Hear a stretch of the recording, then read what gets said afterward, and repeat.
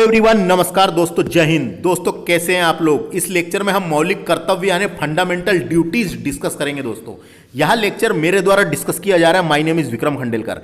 Channel में playlist बनी हुई है दोस्तों एमपीपीएससी यूनिट 5 की, जो अपडेटेड सिलेबस है 2024 से, जो प्रभावशील सिलेबस, उसके अकॉर्डिंग यूनिट 5 में जो जो टॉपिक मेंशन है वो सारे टॉपिक हमने कंप्लीट करा दिए हैं। चैनल को विजिट करें और वहां पर जाकर आप सारे लेक्चर्स देख सकते हैं। आइए शुरू करते हैं, ज़्यादा बातें ना करते हुए। इसके पहले हमने मौलिक अधिकार डिस्कस कर चुके हैं। तो मौलिक कर्तव्य यानी फंडामेंटल ड्यूटीज क्या होती है दोस्तों? तो ये हमारे कर्तव्य होते हैं, हमारी ड्यूटी होती है, जो हमें अच्छे इंसान के नाते हमें पालन करना बहुत ही जरूरी होता है ना। अच्छा इंसान के नाते हमारा ये कर्तव्य बनता है, इसीलिए इसका नाम है मौलिक कर्तव्य, यानी हमारे कर्तव्य बनते हैं कि हमें इसका पालन करें। जैसे हम जिस देश में रहते हैं उस देश का आदर करें, उसके राष्ट्रगान का आदर करें, ये सब राष्ट्र ध्वज का आदर करें, ये सब हमारे कर्तव्य है दोस्तों। अच्छा इंसान के नाते हमें अपने देश की भावना, हमें देश को आगे बढ़ाना, हमारा देश महान, उसके लिए हमके ये ड्यूटी का कर्तव्य निभाना पड़ता है। इसलिए वो मौलिक कर्तव्य जोड़े गए हैं। ये हमारे हैं दोस्तों, हमारे मौलिक कर्तव्य हमारे लिए हैं, ये हमको दिए गए हैं कि इन ड्यूटी का आप पालन करें। जैसे एक माँ का कर्तव्य होता है दोस्तों कि अपने बच्चे की रक्षा करें, उसी प्रकार का हमारा एक कर्तव्य बनता है कि हम अपने देश के प्रति एक अच्छे विचार रखें, उसकी रक्षा करें, है ना। तो आइए शुरू करेंगे दोस्तों। समझ में आ गया होगा आपको मौलिक कर्तव्य क्या है। तो मौलिक कर्तव्य जिसे फंडामेंटल ड्यूटीज कहते हैं। तो सबसे पहले इसका सामान्य परिचय देखते हैं दोस्तों। तो अनुच्छेद 51A के अंतर्गत व्यवस्था, प्रत्येक नागरिकों का यह कर्तव्य होगा कि, अनुच्छेद 51 का के अंतर्गत प्रत्येक नागरिकों का अंतर्गत व्यवस्था है कि प्रत्येक नागरिक, सबसे पहले मैं इसकी थोड़ी सी आपको इंट्रोडक्शन दे देता हूँ। तो देखो दोस्तों क्या हुआ था, सरदार स्वर्ण सिंह समिति की सिफारिश, एक समिति बनाई गई थी दोस्तों जिसका नाम था सरदार स्वर्ण सिंह समिति। उन्होंने 8 मौलिक कर्तव्यों की सिफारिश की थी। उन्होंने 8, इनने ये समिति जो बनी थी इसने 8 मौलिक कर्तव्यों की सिफारिश की थी दोस्तों। 1976 में सरदार स्वर्ण सिंह समिति ने मौलिक कर्तव्यों के बारे में सिफारिश की थी, है ना। तो उसने 8 मौलिक कर्तव्यों की सिफारिश की थी। कितने? 8 मौलिक कर्तव्यों की सिफारिश की थी। फिर 1976 में 42वें संविधान संशोधन अधिनियम में एक नया भाग जोड़ा गया था। केवल एक अनुच्छेद है, अनुच्छेद 1 है जिसका नाम है 51A। 51 पहले से था, उसमें एक जोड़ा गया, 51 है। स्वर्ण सिंह ने संविधान में 8 मौलिक कर्तव्य का सुझाव दिया था, लेकिन 42वें संविधान संशोधन अधिनियम में 10 कर्तव्य जोड़े गए थे। 10 मौलिक कर्तव्य जोड़े गए थे, ये आपको समझ में आ गया होगा। 10 मौलिक कर्तव्य जोड़े गए थे। तो हमारे भारतीय संविधान का भाग 4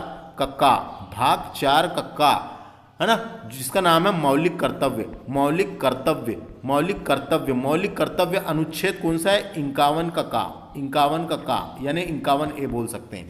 तो सरदार स्वर्ण सिंह समिति की सिफारिश पर 42वें संविधान संशोधन 1976 द्वारा अनुच्छेद 51 में A भाग जोड़कर 10 मौलिक कर्तव्य जोड़े गए थे। 10 मौलिक कर्तव्य जोड़े गए थे, यानी पहले शुरू में कितने? 10 मौलिक कर्तव्य जोड़े गए थे, जबकि 11वां मौलिक कर्तव्य अभी वर्तमान में 11 है दोस्तों। तो 11वां मौलिक कर्तव्य 86वें संविधान संशोधन 2002 के द्वारा जोड़ा गया था, जिसके तहत यह प्रावधान किया गया था। किसके तहत? 11वां कर्तव्य में यह प्रावधान किया गया है कि 6 से 14 वर्ष तक के बच्चों के अभिभावकों का यह कर्तव्य होगा, यानी उनके माता पिता या उनका पालन पोषण करने वाले अभिभावकों का यह कर्तव्य होगा कि वे अपने बच्चों को निःशुल्क प्राथमिक शिक्षा प्रदान करवाएं। यह उनको कर्तव्य जोड़ा गया है दोस्तों, है ना, जोड़ा गया है। मौलिक कर्तव्य रूस के संविधान से प्रेरित है दोस्तों। पूछा जा सकता है किस देश के संविधान से लिया गया है? रूस देश के संविधान से लिया गया है। इतनी चीजें याद रखना है ना, बस। अब यहां से हम इसके बारे में ही पढ़ते हैं। अनुच्छेद 51 का के अंतर्गत व्यवस्था की गई है कि प्रत्येक नागरिकों का यह कर्तव्य होगा। क्या कर्तव्य होगा? तो ये पहला देखो, वह संविधान का पालन करे और उसके आदर्शों, संस्थाओं, राष्ट्रध्वज और राष्ट्रगान का आदर करे दोस्तों। राष्ट्रगान का आदर करे, यह कर्तव्य होगा। सेकंड है, स्वतंत्रता के लिए राष्ट्रीय आंदोलन को प्रेरित करने वाले आदर्शों को हृदय में संजोए तथा उनका अनुपालन करे, यह भी कर्तव्य है हमारा। भारत में संप्रभुता, एकता और अखंडता की रक्षा करे तथा उसको बनाए रखें, यह भी हमारा कर्तव्य है। देश की रक्षा करे तथा बुलाने पर राष्ट्र की सेवा करे। देश की रक्षा करे तथा बुलाने पर राष्ट्र की सेवा की अगर जरूरत पड़ती है तो बुलाए पर राष्ट्र की सेवा करे। उसके बाद क्या हुआ था? मूल्य कर्तव्य 42वें संविधान संशोधन 1970 6 द्वारा स्वर्ण सिंह समिति, डॉक्टर स्वर्ण सिंह समिति की सिफारिश पर संविधान में शामिल किए गए थे दोस्तों, है ना। ये स्वर्ण सिंह समिति ने 8 मौलिक कर्तव्यों की सिफारिश की थी, लेकिन उसके बाद 42वां संविधान संशोधन में 10 कर दिए गए थे। 10 मौलिक कर्तव्य हो गए थे, 8 + 10, है ना। 8 + 10 मौलिक कर्तव्य जोड़े गए थे। तो हमने 4 यहाँ पढ़ लिए, अब 4 के बाद यहाँ पे 6 पढ़ेंगे तो 6 4 हो जाएंगे कितने, 10। तो देखिए अगला क्या है, अगला क्या बोला गया, धर्म, भाषा, प्रबंध या गर्व वर्ग पर आधारित सभी भेदभाव से परे भारत के लोगों को समरसता और सामान्य भ्रातृत्व की भावना का निर्माण करें। स्त्रियों के सम्मान के विरुद्ध प्रथाओं का त्याग करें। जो स्त्रियों के सम्मान के विरुद्ध जो प्रथाएं बनी हैं उसका त्याग करें और स्त्रियों का सम्मान करें। ये भी हमारा मौलिक कर्तव्य है। हमारी सामूहिक संस्कृति की गौरवशाली परंपरा का महत्व समझे और उसकी परीक्षण करें दोस्तों। प्राणी मात्र के लिए दया भाव रखें। प्रकृति पर्यावरण के अंतर्गत झील, वन, नदी, वन्य जीव की रक्षा का संवर्धन करें। मानववाद, वैज्ञानिक दृष्टिकोण तथा ज्ञान अर्जन, सुधार की भावना और का विकास करें। हिंसा से दूर रहें दोस्तों, हिंसा से दूर रहें तथा सार्वजनिक संपत्ति की सुरक्षा करें। सामूहिक तथा व्यक्तिगत गतिविधियों के सभी क्षेत्र में उत्कृष्ट की ओर बढ़ने का सतत प्रयास करें, जिसमें राष्ट्र निरंतर बढ़ते हुए प्रयत्न तथा उपलब्धियों की नई ऊंचाई को छू सके दोस्तों। ये थे हमारे 10 मौलिक कर्तव्य, है ना। 10 मौलिक कर्तव्य, ये हो गया 6 और ये इधर में लिखे हुए थे 4। ये थे हमारे 10 मौलिक कर्तव्य। फिर मौलिक कर्तव्य में वृद्धि की गई दोस्तों, है ना। ये देखो यहाँ पे लिखा हुआ है, आवश्यक तत्व यहाँ पे तथ्य लिखे हुए हैं। 1976 में 42वें संविधान संशोधन द्वारा पहली बार भारतीय संविधान में एक नया अध्याय जोड़ा गया था, है ना। भाग 4 का मौलिक कर्तव्य के अधीन जोड़ा गया था। इसमें नागरिकों को 10 मौलिक कर्तव्यों का उल्लेख किया गया था। फिर मौलिक कर्तव्यों में वृद्धि कर दी गई और 86वें संविधान संशोधन 2002 के द्वारा संविधान के 51A में टा के बाद, टा तक थे दोस्तों, टा तक थे तो टा तक था 10, टा के बाद अनुच्छेद ऊ जोड़ा गया। ये 11वां मौलिक कर्तव्य था।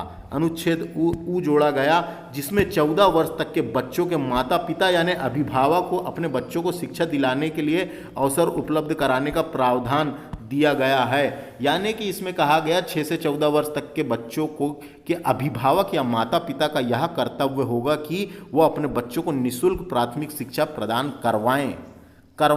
देखो सरकार ने उधर साइड तो जोड़ दी थी दोस्तों, सरकार ने उधर साइड एक अनुच्छेद बना के रख दी है, अनुच्छेद शिक्षा का अधिकार 21A में शिक्षा का अधिकार दिया गया है। उधर शिक्षा का अधिकार दिया गया, लेकिन उनके माता पिता ही उनको स्कूल नहीं भेजेंगे तो शिक्षा कैसे मिलेगी। तो उधर साइड अनुच्छेद 21A में तो बोला गया, सरकार कहती है कि हम शिक्षा देंगे, निःशुल्क शिक्षा प्रदान करेंगे, शिक्षा का अधिकार दिया गया है। लेकिन यहाँ पे माँ बाप का कर्तव्य नहीं था, तो माँ बाप को कर्तव्य दिया गया है कि जब सरकार निःशुल्क शिक्षा दे रही है तो आप अपने बच्चों को शिक्षा प्रदान करवाएं, स्कूल भेजें, उनका कर्तव्य बना दिया गया। समझ में आ गया। अब देखते हैं कुछ इंपॉर्टेंट फैक्ट यहाँ पे लिख रखे हैं। तो डायरेक्ट क्वेश्चन आता है। पहले तो 11वां मौलिक कर्तव्य कब जोड़ा गया था, 86वें संविधान संशोधन में, और क्या था मतलब ये देख लेना है आपको।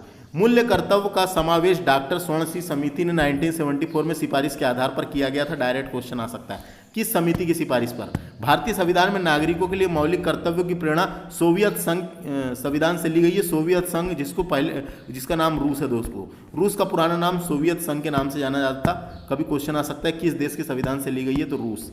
मूल्य कर्तव्य के पालन न किए जाने पर दंड की कोई व्यवस्था न होने पर मूल्य कर्तव्य को न्यायालय में वाद योग्य नहीं बनाया गया है। याद रखना है दोस्तों, ये वाद योग्य नहीं है, यानी हम इसके लिए न्यायालय नहीं जा सकते। वाद योग्य नहीं है, न्यायालय में कोई व्यवस्था नहीं की गई है इसके लिए। मौलिक कर्तव्य को भंग करने के लिए यद्यपि संविधान में कोई व्यवस्था नहीं है ना।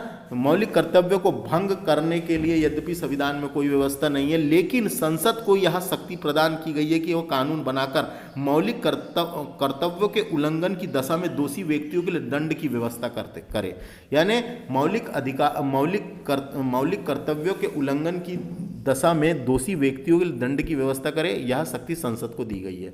मौलिक कर्तव्य सभी कम्युनिस्ट देश विशेषकर चीन और रूस के संविधान में भी मिलती है दोस्तों। रूस के संविधान से तो हमने लिए 6 और चीन में भी देखने को मिलते हैं मौलिक कर्तव्य, और रूस में भी देखते हैं, कम्युनिस्ट देश जितने वहाँ पे देखने मिलते हैं। भारत के अतिरिक्त दूसरा प्रजातांत्रिक देश जापान है दोस्तों, जहां मौलिक कर्तव्यों को संविधान में उल्लेखित किया गया है ना। तो अपने भारतीय संविधान में 11 मौलिक कर्तव्य है, उसके अलावा जापान में भी मौलिक कर्तव्य उल्लेख है। तो यही थे इंपॉर्टेंट फैक्ट जो मैंने मौलिक कर्तव्य से बताया। देखो यहाँ पे सामने में ये दिए हुए हैं कि 4 मौलिक कर्तव्य है ना, 4, और उसके बाद ये 6 मौलिक कर्तव्य, 6 4 हो गए 10 है ना, 6 4 10 हो गए। उसके बाद ये 86वां संविधान संशोधन में ये 11वां जोड़ा गया था, तो 11 मौलिक कर्तव्य है वर्तमान में। तो इस लेक्चर में इतना ही। नेक्स्ट लेक्चर में हम नीति निर्देश सिद्धांत डिस्कस करेंगे। Thanks for watching. नमस्ते।